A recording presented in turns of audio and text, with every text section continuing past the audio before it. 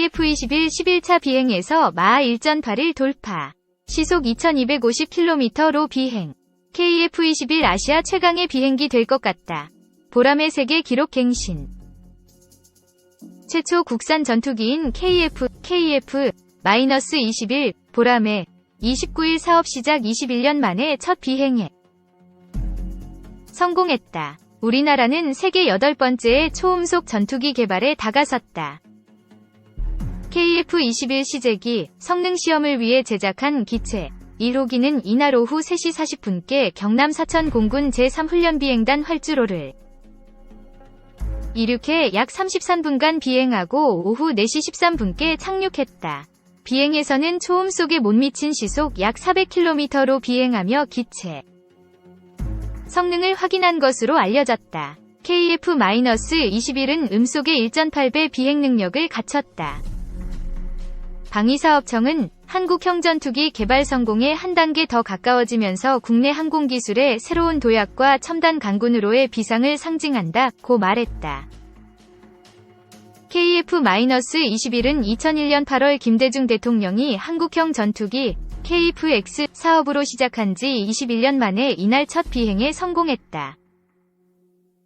KF-21 시제기 1호기가 19일 오후 3시 40분께 경남 사천에 있는 개발업체 한국항공우주산업 KAI 본사 인근의 공군 제3훈련비행단 활주로에서 이륙. KF-21은 앞으로 4년간 2200번 시험비행을 통해 각종 성능과 공대공 무장 적합성 확인 등을 마치면 2026년부터 본격적인 양산에 들어간다. 2028년까지 40대, 2032년까지 모두 120대를 실전에 배치할 계획이다. KF-21은 공군의 노후 전투기인 F4, F5를 대체할 예정이다. 국산 KF-21, 2000여 회 시험 비행 후 수출효자 될까? 한판 승부. 지난달 19일 역사적인 첫 비행에 성공한 국산 초음속 전투기 KF-21이 29일 2차 시험 비행에도 성공했습니다. 이제 2026년까지 2200회가 넘는 시험 비행을 거쳐서 실전에 배치된다고 하죠. KF-21 개발 어떤 의미를 지니고 있는지 군사, 무기 전문가세요. 양욱 아산정책연구원 모시고 이야기 나눠보겠습니다. 박사님, 어서 오십시오. 진 작가님, 김 소장님 인사드리세요. 저희 방송 진행자 중에 유일한 조종사 진 작가님의 활약을 기대하면서 양 박사님, 그런데 군사 전문가이신데 대학에서는 법학을 전공하셨어요. 서울대 법학과. 그런데 어떻게 하다가 군사무기 전문가가 되셨는지. 제가 학력고사 마지막 세대였는데 사실 제가 그때 육사를 갈까 그랬는데 아시다시피 93년 요때 문민정부 들어서면서 분위기 완전 안 좋고 사관학교 가면 안 될 것 같은 그런 시대적인 분위기 속에서 점수가 나와서 서울대 법대를 가셨다. 아무데나 골라가실 수 있는 상태였다고 하면 그럼 법대 아니고 어디를 가셨겠습니까? 지금 와서 다시 돌이켜보시면 결국 본인이 제일 하고 싶은 군사, 무기 전문가를 하셔서 지금 전문가가 되셨는데 일단 KF-21 지난 19일 시험 비행에 성공했습니다. 이게 엄청난 성취인데 지금 사진으로도 유튜브 화면에 나가고 있는데요. 굉장히 예쁜 비행기입니다. 얼마나 위대한 성취입니까? 말씀해 주실까요? 일단 저 전투기의 모양을 보고 있으면 어디서 많이 본 듯한 모양 아닙니까? F-21. 어떻게 보면 F-22와 35를 섞어놓은 듯한 그런 외양인데 베이비랩터라는 그런 별명이 붙어있는데 사실 거의 이제 100% 완전한 스텔스 성능의 기체는 아니지만 거의 스텔스 성능에 거의 접근한 그런 첨단 기체를 우리가 만들었다. 그 다음에 사실 요즘 전투기계 중요한 게 물론 기체 비행성도 중요하지만 항전 장비. 그러니까 레이더라든가 기타 전자전 장비라든가 이런 것들이 얼마만큼 잘 결합이 돼서 전장을 넓게 볼 수 있냐. 왜냐하면 눈으로 보고 싸우는 시대가 아니기 때문에 레이더라든가 이런 장비가 얼마나 잘 돼 있냐.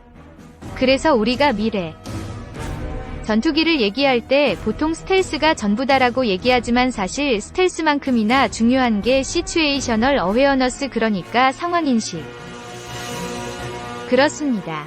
레이더가 반사돼 오는 걸 보고 마치 우리가 눈에서 빛을 보고 이렇게 있다가 저기 뭐가 있는지 알듯이 레이더도 그렇게 인식을 하는 건데, 설계나 외부 설계나 이런 부분들을 레이더가 반사가 최소한 되도록, 반사가 되돌아가지 않도록 그렇게 만들어서 뭐라 그럴까? 실제 레이더에는 안 보이는, 그러니까 어떤 일이 생기냐 하면 예를 들어 우리가 미사일 같은 거를 쏘거나 할 때 라곤을 하지 않습니까? 영화 탑건 보셨죠? 잡으려면 B톤 나올 때까지 라곤을 해야 되는데 설계를 잘 해놓으면 그 레이더가 안 먹는 경우가 생깁니다. 그런 식의 능력을 키워내는 거죠. 일단은 지금 최대한 잡기 어려운 그런 형태가 될 것입니다. 물론 이제 아직 100% 스텔스가 아니라고 얘기하는 것은 보통 우리 스텔스기는 배 안에 미사일 같은 거 집어넣고 딱 덮어놓고 있지 않습니까? 그걸 내부 무장창이라고 하는데 내부 무장창이 없는 상태로 개발을 했습니다. 이제 물론 이게 여러 가지 이유들이 있는데 기술력 부족도 일부 있지만 예를 들어서 개발 예산의 부족, 그 다음에 개발 시간의 부족, 이런 부분들이 겹쳐지면서 그것은 단계적으로 접근하자 이렇게 되는 것이고, 미사일이 그런데 하드포인트라고 하는데 거기에 붙어있는 형식인데 이제 그거를 배 밑에 딱 붙여서, 그러니까 반매립이라고 표현하죠. 그래서 그런 식으로 뭐라고 그럴까, 레이더 반사 면적을 줄이는 그런 것입니다. 그렇죠. 그러니까 일단 최대한 튀어나온 부분들을 줄이면서 그러면서 노력을 하고 있다. 그래서 이게 이렇게 첨단 능력이 들어간 기체. 그러니까 우리 이전 F-16 같은 기체는 4세대라고 표현하고 스텔스 기체는 5세대라고 표현하는데, 5세대가 우리가 아는 게 뭐냐 하면 옛날 비행기지만 거의 5세대급이나 이런 거에 해당되는 항전 장비, 레이더라든가 갖춘 걸 5세대라고 하는데 우리 여기는 약간 스텔스 모양까지 더해지지 않습니까? 그러니까 일부에서는 항전 능력 말씀하셨는데 이제 이 친구는 자체 레이더가 좋은 게 지금 장착된 거 아니겠습니까? 그러면 적기가 북한기가 떴다 이겁니다. 그러면 KF-21 자체 레이더부터 몇 마일부터 콘택트할 수 있는 건가요? 사실 정확히 몇 마일 콘택트라고 하는 게 기밀로 돼 있으니까 기본적으로 한 수백 킬로미터 정도를 말씀드리겠습니다.